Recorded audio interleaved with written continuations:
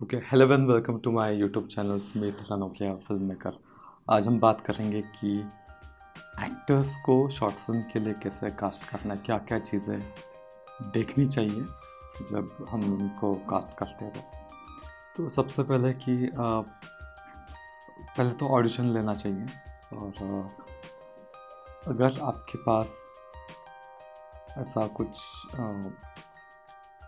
जगह हॉल नहीं है कि जहाँ पे आप ऑडिशन ले सको, तो आप बस एक काम करो कि एक्टर्स को बोलो कि ऑडिशन वीडियो बना के भेजें मोबाइल पे। बेस्ट ये होगा कि आपकी फिल्म का जो स्क्रिप्ट है उसमें कुछ डायलॉग्स, 4-5 डायलॉग, 10 डायलॉग्स, उसका एक अलग से PDF फाइल बनाओ हर एक कैरेक्टर का, और वो एक स्क्रिप्ट लोगों को दे दो, एक्टर्स लोगों को, और आप बोलोगे आपको जो करना है। जैसे 10 कैरेक्टर है फिल्म में, अलग अलग शायद एज ग्रुप के या जो भी, तो आप उनको बोलो कि इसमें से जो आपको लगता है कि आप कर सकते हो वो करो। डायलॉग्स सुन के और पढ़ के वो समझ में आ जाएगा आपको कि आपके लिए कौन सा सूटेबल है। तो वो 10 कैरेक्टर में से कोई 1-2 सेलेक्ट कर लेंगे और उसी पे वीडियोस बनाएंगे, बना के आपको भेजेंगे। तो उसमें से आप सेलेक्ट कर सकते हो। अगर एक एक्टर है, उसने 3 वीडियोस भेजा, 3 अलग अलग कैरेक्टर्स के, तो एक होगा हीरो का, होगा एक साइड किक होगा, एक हीरो का फ्रेंड होगा, ऐसा 3। और उसमें से आप सेलेक्ट कर सकते हो कि कौन से कैरेक्टर में ये सूट होता है। गोल्ड फिश नाम की एक मेरी शॉर्ट फिल्म है, उसके लिए ये मैंने किया था। तो एक्टर को भी थोड़ा ऐसे फ्लेक्सिबिलिटी मिलती है कि वो जो चाहे वो कैरेक्टर सेलेक्ट कर सकते हैं और वो कर सकते हैं। तो ऐसे एक एक्टर है प्रदीप सावंत, उन्होंने 3 कैरेक्टर किए, एक मेन लीड, एक हीरो के दोस्त का, और एक जो जैसे विलन टाइप होता है एक कैरेक्टर, ऐसे 3 कैरेक्टर उसने किए। और तीनों में से जो विलन का टाइप का जो था वो उसने बहुत अच्छे से किया था। तो वो देख के मैंने उसको सेलेक्ट किया कि ये सही है। दूसरा है कि ये पहले मैं नहीं करता था, लेकिन मुझे अब लग रहा है कि ये चीज़ करनी चाहिए। वो है प्रैक्टिस। एक 2-3 दिन, 4 दिन शूट से पहले 5 दिन तो प्रैक्टिस होना चाहिए। उसके बाद आप शूट करो, क्योंकि उन 5-6 दिनों में, एक हफ्ते में, 5-6 दिनों में, 7-8 दिनों में जो आप थोड़ा प्रैक्टिस करोगे एक्टर्स के साथ, उसमें बहुत कुछ पता चलता है कि जैसे कि एक्टर्स टाइम पे आ रहे हैं, पंक्चुअल है कि नहीं, वो आपका कितना सुनते हैं, कितना आपको कोऑपरेट करते हैं, एक्टर की कितने सुनते हैं। ये सब देखना बहुत इम्पोर्टेंट है, क्योंकि ये अगर नहीं किया तो वो शूटिंग के टाइम बहुत परेशान करेंगे। क्योंकि फर्स्ट मीटिंग में तो कोई भी बहुत अच्छे से आपको ट्रीट करेगा, लेकिन काम के वक्त वो लोग कैसे है, कोऑपरेट करते हैं कि नहीं, उनका दिमाग कैसे चलता है, जल्दी क्या उनको समझ में आता है आपका इंस्ट्रक्शन, ये देखना बहुत इम्पोर्टेंट है कि शूट के टाइम वो कैसे कोऑपरेट करता है। तो एक थी मैडम जिन्होंने इतना कोऑपरेट नहीं किया शूट के टाइम और बहुत परेशानी हुई। तो ऐसा लोगों के साथ नहीं होना चाहिए। शूट के दिन नहीं होना चाहिए। शूट के दिन सिर्फ शूट होना चाहिए।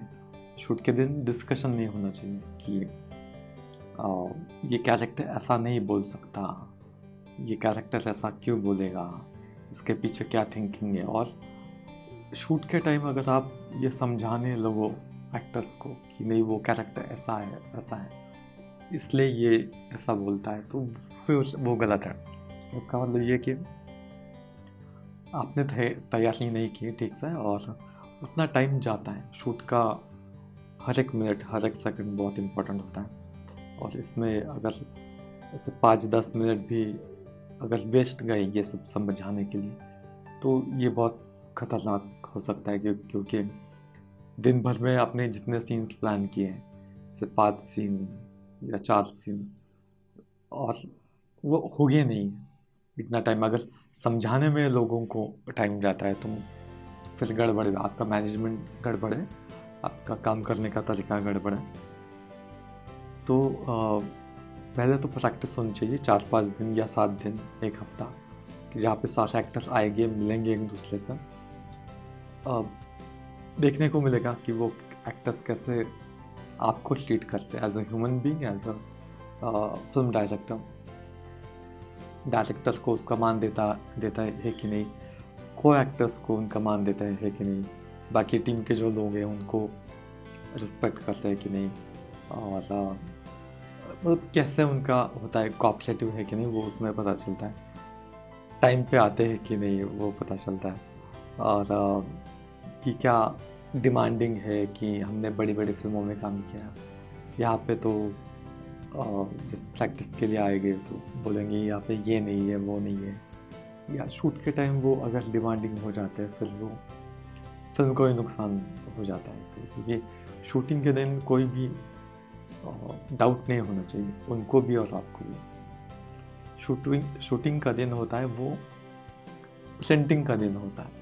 जैसे आपने कुछ एक PDF फाइल बनाया है, तो PDF फाइल उसको एडिटिंग का एक टाइम होता है कि एडिटिंग मैंने किया है।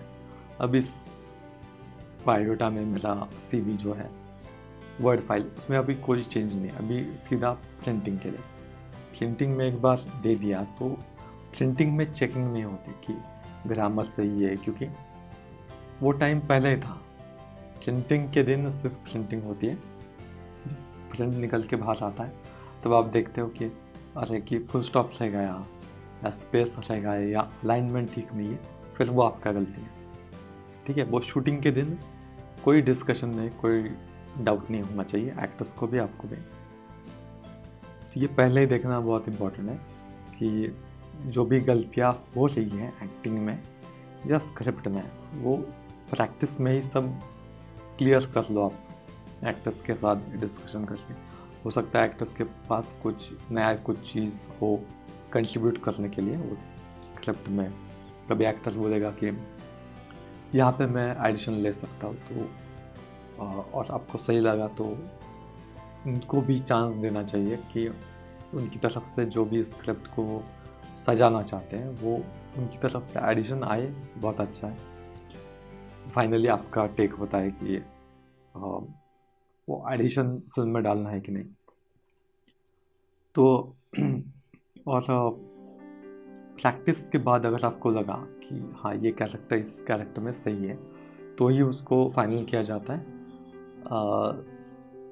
नहीं तो फिर कैरेक्टर्स हम चेंज कर सकते हैं। तो ये बहुत इम्पोर्टेंट है। शूटिंग के पहले प्रैक्टिस हो, और प्रैक्टिस में बहुत कुछ पता चल जाता है।